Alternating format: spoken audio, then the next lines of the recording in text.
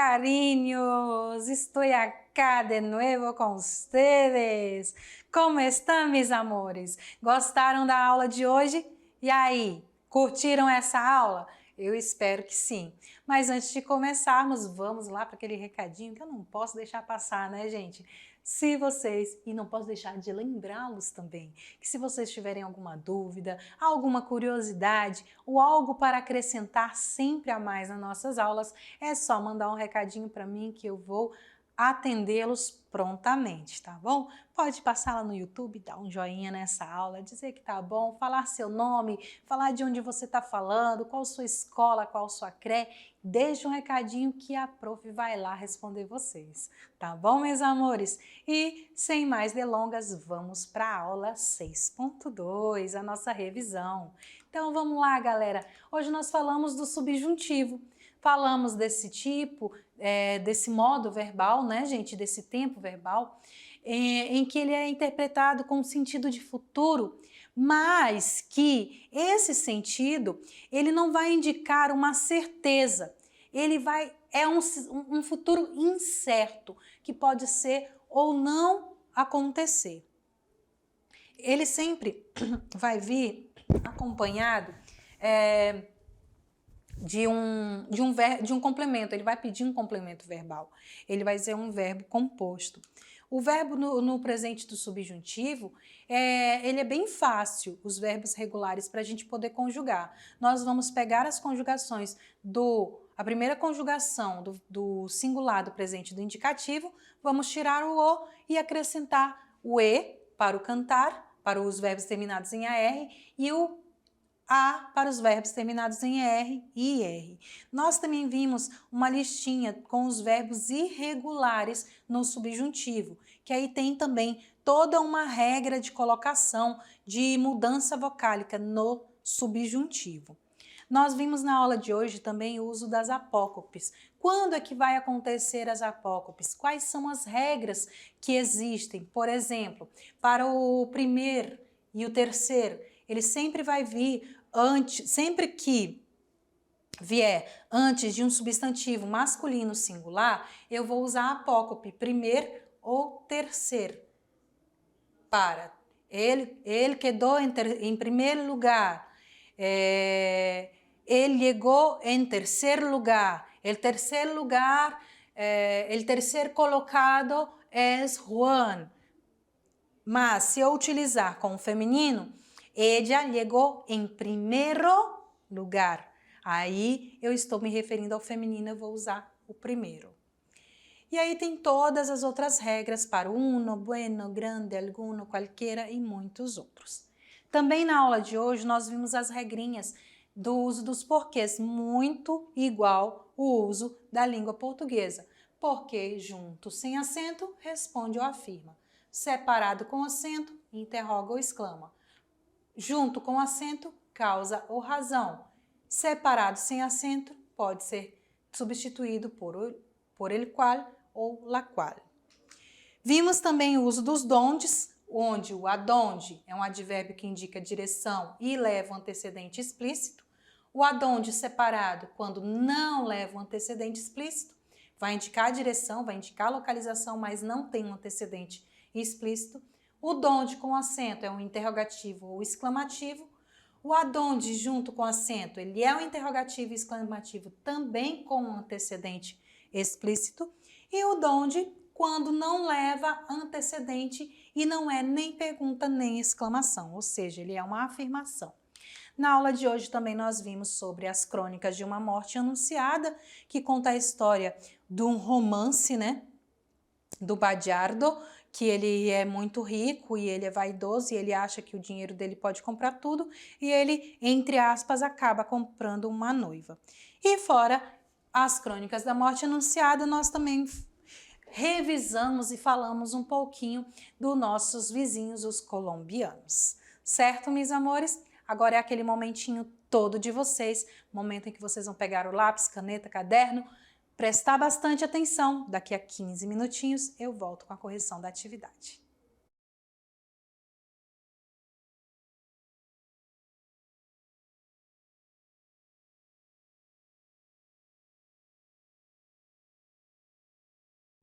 Voltei, carinhos, estou aqui com vocês mais uma vez. E aí, como foi a atividade? Tranquila, né? Tava muito fácil, a professora anda pegando muito leve com vocês, porque a intenção é que vocês consigam compreender. Se ainda ficar alguma dúvida, restar alguma questão que tenha ficado aí, né, naquela não sei, talvez, com os seus subjuntivos da vida, com os seus modos adolescentes, é só mandar um recadinho que eu vou tentar resolver para vocês, tá bom? Então, sem mais delongas, vamos lá para a correção da nossa atividade de hoje. Primeira questão, nós já tínhamos aí uma tirinha, né? Aquela tirinha que nós trabalhamos lá na nossa aula, aquela tirinha da Mafalda. Por isso que eu não me foquei tanto nela, não falei tanto dela. Por quê, galera? Porque nós íamos trabalhar com ela na nossa atividade. Então, só para relembrarmos, a tirinha falava o quê? Olha lá.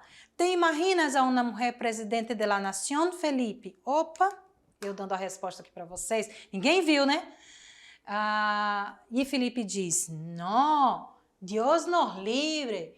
Mira, para que sepas, las mujeres somos más inteligentes que los hombres, ¿oís? Y más buenas y más nobles, ¿sabes? Y más dulces, tiernas, ¿entendes? Depois dizem que as mulheres são difíceis de entender. E aí o sepas eu coloquei aqui terceira tirinha, mas é segunda, né, gente? Segunda tirinha. Aqui, ó, ela tá bem aqui, o sepas. Ele vai corresponder o quê? Sepas. Era só você dar uma olhadinha lá nos nossos quadros do subjuntivo. E vocês veriam que eu acabei de responder para vocês, né? Que o sepas, galera, ele é o presente do subjuntivo do verbo saber. Yo sepas, tu sepas, ele sepa, nós outros sepamos, vós outros sepais, e assim sucessivamente. Segunda pessoa do singular do verbo saber. Não é um pretérito perfeito simples, não é um plusquamperfeito do verbo ser, nem existe plusquamperfeito do subjuntivo. Pretérito imperfeito do verbo sentir e presente do indicativo do verbo ser. A questão A, ou alternativa A. Para a questão 2, na frase, El Batman é um super-herói muito justiceiro. A expressão muito justiceiro, vocês concordam comigo que o Batman é um super-herói muito justiceiro?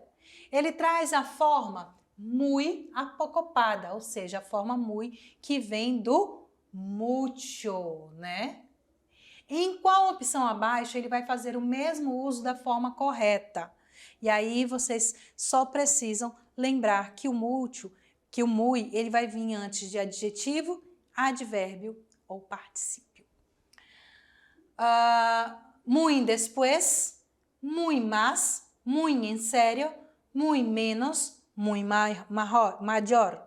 Não podemos usar o muy antes de maior, menor, mais, menos, antes e depois. Nós não podemos usar, eu coloquei lá naquelas exceções para vocês, se vocês prestarem atenção, ou se prestaram atenção, tem a exceção do uso do muy, que ele não vai vir antes dessas colocações, restando apenas o muy em sério como a nossa resposta correta. Agora falando do uso dos porquês, galera, marque a sequência de porquês que completa corretamente a frase. Vocês vão ter que prestar bastante atenção naquelas regrinhas, né? Então, ultimamente estudia bastante, porque está próximo los exames. Esse porquê é um porquê junto, é um porquê separado? Ele é com acento ou ele é sem acento? Ultimamente estuda bastante porque está próximo os exames. Então, ele está dizendo o motivo, a causa. Então, ele é um porquê junto, sem acento. Ultimamente estudia bastante porque está próximo del examen. No puedo entender el porquê de la pergunta. El porquê, olha, o porquê da pergunta com acento. Certo? Le perguntaram por que havia venido com su pantalão rojo. Lhe perguntaram por que havia vindo com a sua calça vermelha. Aqui é o porquê separado sem acento. Então, só você olhar as regrinhas do porquê separado com acento, sem acento, porquê junto sem acento, a mesma questão da língua portuguesa. E a alternativa que corresponde a essas respostas é a alternativa C, porquê, porquê, porquê. Agora a gente vai falar das apócopes aqui. Completa a seguinte oração com os indefinidos. E aí, lembrando que esses indefinidos, nós vamos usar, alguns nós vamos usar apócope, outros não. Então, pensando nos indefinidos. Hay, pensando no alguno, ou alguien, ou alguém ou algum. Hay alguien aqui para que pueda ayudarme, ou hay alguno aqui que pueda ayudarme. Hay alguien aqui que pueda ayudarme, certo? Alguien. Há alguém aqui que possa me ajudar? Lo siento, ahora no hay nadie, ou não há alguém, ou não há nenhum. E aí? Sinto muito, agora não há ninguém, né? Se eu fosse falar em língua portuguesa, ninguém. Só que ninguém, passando para o espanhol, vai ficar nadie. Então, não há quem, não há nadie, não há ninguém. Lembrando, tá, gente, que nadie não é nada, tá? Não é nada. Nada é nada mesmo. Nadie é ninguém. Lembra que eu já falei em outra aula. Si quiere, espere hasta que lleguen aí. Que chegue algum, alguno. E aí, como é que vai ficar? Agora a gente vai voltar lá para nossa apócope. O alguno, o verbo, o indefinido alguno. Ele vai sofrer apócope quando ele vier antes do quê? Antes de palavra, de qualquer palavra que esteja no singular, certo? Então, nós vamos usar alguno. Como ficou nossa frase? Hay alguien aqui que pueda ayudarme? Lo siento, ahora no hay nadie. Sinto muito, agora não tem ninguém. Si quiere, espere hasta que llegue algum empleado. Se você quiser, espere até que chegue algum empregado. Então, vai ficar a ordem alguien, nadie, algum, que é a nossa alternativa E de elefante, certo? Vamos para a nossa questão do Enem. Vocês viram que eu trouxe para vocês outro texto, né, gente? E esse texto não é nada pequeno. Um textinho grande, por isso que eu deixei um tempinho maior. E aí, só lembrando, gente, às vezes, que aí vocês já vão se preparando. Esse texto de hoje é da Universidade Estadual de Minas Gerais. Mas, às vezes, o que acontece? Às vezes não, 99,9% das vezes, nas avaliações externas, igual o Enem, vem um texto, às vezes bem grande, com uma pergunta pequenininha, simples, muito fácil, mas que para que você consiga entender, para que você consiga responder corretamente, claro e evidente que você tem que ler o texto, tá bom, galera? Então, mais para frente, lá para o finalzinho das nossas aulas, eu vou trazer para vocês algumas técnicas para que vocês consigam ler e interpretar um texto em língua espanhola bem mais fácil, ok? Então, vamos lá para o nosso texto, vamos dar uma lida nele.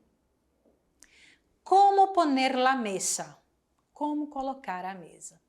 Recuerde que la mesa é um símbolo de hogar. Hogar, gente, é lar. Hogar, mi dulce hogar. Hogar é lar. Então, mesa é um símbolo de lar, de reunião, de convivência. Según sea la forma en la que arregle, dará un toque especial a cada momento. La ocasión, el espacio disponible y la cantidad de personas que te acompañan te indicarán tus posibilidades. Los cubiertos deben colocarse en el orden en que van a ser utilizados, comenzando por el exterior, el tenedor y la cuchara del postre, ofrécelos después. Así evitarás la confusión de cubiertos a la hora de comer. Se não tienen uma varilha completa, varilha, gente, se não tem... como é que é o nome, gente? Um jogo de mesa. Não seria bem isso. De mesa. Não seria bem um jogo de mesa, sabe? Onde tem todo aquele conjunto de pratos, copos, talheres, tudo. E aí eu não vou, daqui a pouco eu lembro. Se não tienes uma varilha completa, pode jogar harmoniosamente com vários estilos. Porque às vezes as pessoas têm tudo combinando, né? O prato de sopa, o prato de sobremesa, com os talheres, os copos, tudo combinando. Então, se você não tem problema. Você pode ali brincar com vários estilos. Los platos de postres o los de servir, por ejemplo, pueden ser diferentes a los restantes. Si su mesa es muy larga, tenga siempre 2 juegos de salero pimentero, hielo, agua, etc. La comida debe ser servida por el lado izquierdo, ya que esto da más facilidad a los comensales para servirse. Usando la mano derecha, generalmente se sirve primero el pescado y luego la carne porque su sabor es más fuerte. Las copas de agua y de vino se colocan a la derecha, en la parte superior de los cubiertos, con la copa de vino hacia el exterior y debe ser servida a solo 3/4 partes de su capacidad. Para mayor versatilidad y contraste, es mejor seleccionar la vasija en un color neutro, blanco, y si les gustan los diseños, escoja uno que sea sobrio o simple. Esto le facilitará combinarlo con diferentes manteles y decorar la mesa con flores o frutas sin ningún temor y puede ser usado cualquier hora y en cualquier ocasión. E aí a gente já tem qualquer. No texto, as palavras sublinhadas qualquer e qualquer são o quê? Heterogenéricas, heterotônicas, heterossemânticas, apócopes ou substantivos. Essa está muito fácil, galera. Essa está muito simples, são as apócopes. E para finalizarmos a aula de hoje, vamos à nossa frase do dia, a nossa mensagem do dia do Steve Jobs. El único modo de hacer un gran trabajo es amar lo que haces. Gente, isso eu falo sempre. Sempre, a todo mundo. A melhor forma de você fazer qualquer coisa, fazer o seu trabalho ou escolher uma profissão é você amar aquilo que você faz. Se você ama, não vai ser trabalhoso. Então, o único modo de fazer um grande trabalho, um bom trabalho, é amar o que você faz. Então, um grande beijo para vocês. Nós nos vemos em uma próxima classe.